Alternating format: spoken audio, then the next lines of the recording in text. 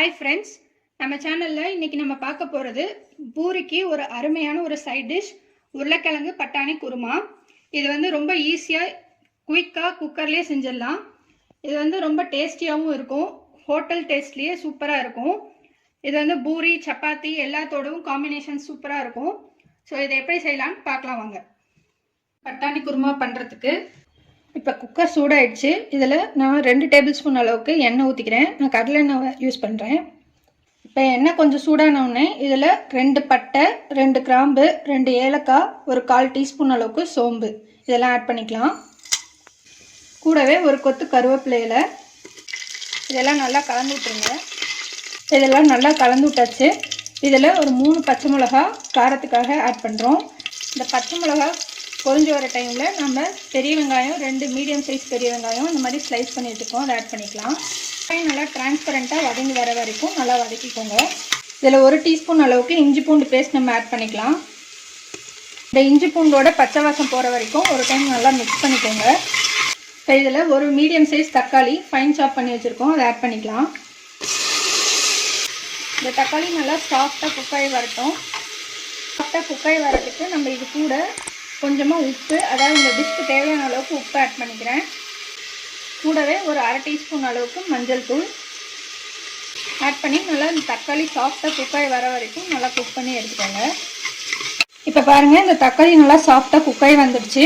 இந்த டைமில் நம்ம ஒரு சின்ன கப் அளவுக்கு பச்சை பட்டாணி, அதாவது ஃப்ரெஷ் பச்சை பட்டாணி ஆட் பண்ண போகிறேன்.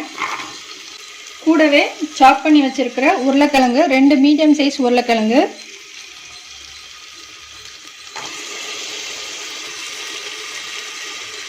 ஆட் பண்ணிட்டு நல்லா மிக்ஸ் பண்ணிக்கோங்க. மசாலாவோடு சேர்ந்து கொஞ்சம் நேரம் நல்லா வதக்கி விட்டுடலாம். இதில் ஒரு 1/4 டம்ளர் அளவுக்கு தண்ணி ஆட் பண்ணிக்கோங்க. ஆட் பண்ணிட்டு ஒரு லிட்டு போட்டு இந்த குக்கரோட லிட்டு சும்மா மேலாட்டில் வச்சுட்டு அப்படியே குக் ஆகட்டும். மீடியமில் வச்சுடுங்க. இது குக் ஆகிட்டு இருக்கிற டைமில் நம்ம ஒரு தேங்காய் பேஸ்ட் அரைச்சிக்கலாம். இந்த தேங்காய் பேஸ்ட் அரைக்கிறதுக்கு நான் மிக்ஸி ஜாரில் ஒரு 1/2 கப் அளவுக்கு தேங்காய், 1 டீஸ்பூன் அளவுக்கு சோம்பு, 1 டீஸ்பூன் கசகசா, 1 ஸ்பூன் அளவுக்கு பொட்டுக்கடலை, ஒரு 3 முந்திரி பருப்பு இதெல்லாம் ஆட் பண்ணி தண்ணி ஊற்றி நல்லா ஃபைன் பேஸ்ட்டாக அரைச்சி எடுத்துக்கலாம். பாருங்க, நல்லா ஃபைன் பேஸ்ட்டாக நம்ம அரைச்சி எடுத்துகிட்டு வந்துட்டோம். இந்த மாதிரி ஃபைன் பேஸ்ட்டாக இருந்ததுனா தான் கிரேவி நல்லாயிருக்கும். இப்போ இதை நம்ம கொதிச்சிட்ருக்கிற இந்த உருளைக்கிழங்கு பட்டாணியோடு சேர்த்திக்கலாம் இந்த மசாலாவை. இப்போ இதில் கொஞ்சமாக தண்ணி ஆட் பண்ணிக்கலாம்.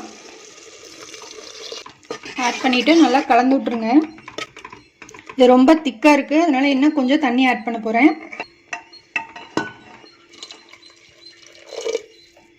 பாருங்கள், இந்த அளவு கன்சிஸ்டன்சி இருந்ததுனா தான் நல்லா வெந்து வரும்போது கரெக்டாக இருக்கும். உருளைக்கிழங்கு நல்லா திக்னஸ் கொடுக்கும். ஸோ அதனால் நீங்கள் கொஞ்சம் தண்ணியாக இருக்கிற மாதிரி பார்த்துக்கோங்க. இப்போ இந்த மாதிரி ரெடி பண்ணதுக்கப்புறமா குக்கர் லிட்டு போட்டு க்ளோஸ் பண்ணிவிட்டு நம்ம 2 விசிலுக்கு குக் பண்ணி எடுத்துக்கலாம். இப்போ பாருங்கள், 2 விசில் விட்டதுக்கப்புறமா நல்லா விசில் அடங்கி நல்லா குழம்பு சூப்பராக ரெடி ஆகிருக்கு. இதில் நம்ம கொத்தமல்லி தழை கொஞ்சமாக ஆட் பண்ணிக்கலாம். ஆட் பண்ணி மிக்ஸ் பண்ணி விட்ருங்க. இதை நம்ம வேறு ஒரு பவுலுக்கு ட்ரான்ஸ்ஃபர் பண்ணிக்கலாம்.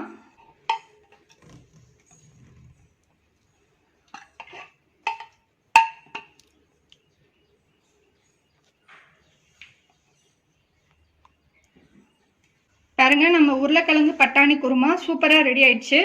இது நல்ல ஹோட்டல் டேஸ்ட்லேயே சூப்பராக இருக்கும். இதை நான் பூரி கூட சர்வ் பண்ணியிருக்கேன். நீங்கள் இதை சப்பாத்தி, தோசை, இட்லி எதோட வேணாலும் சாப்பிட்லாம். காம்பினேஷன் சூப்பராக இருக்கும். ஸோ ட்ரை பண்ணுங்கள். ட்ரை பண்ணிட்டு உங்கள் கமெண்ட்ஸை போஸ்ட் பண்ணுங்கள். உங்கள் ஃப்ரெண்ட்ஸோட ஷேர் பண்ணுங்கள். எங்கள் சேனலை மறக்காமல் சப்ஸ்கிரைப் பண்ணுங்கள். இன்னொரு இன்ட்ரெஸ்டிங்கான வீடியோவில் நம்ம மறுபடியும் மீட் பண்ணலாம். தேங்க்யூ.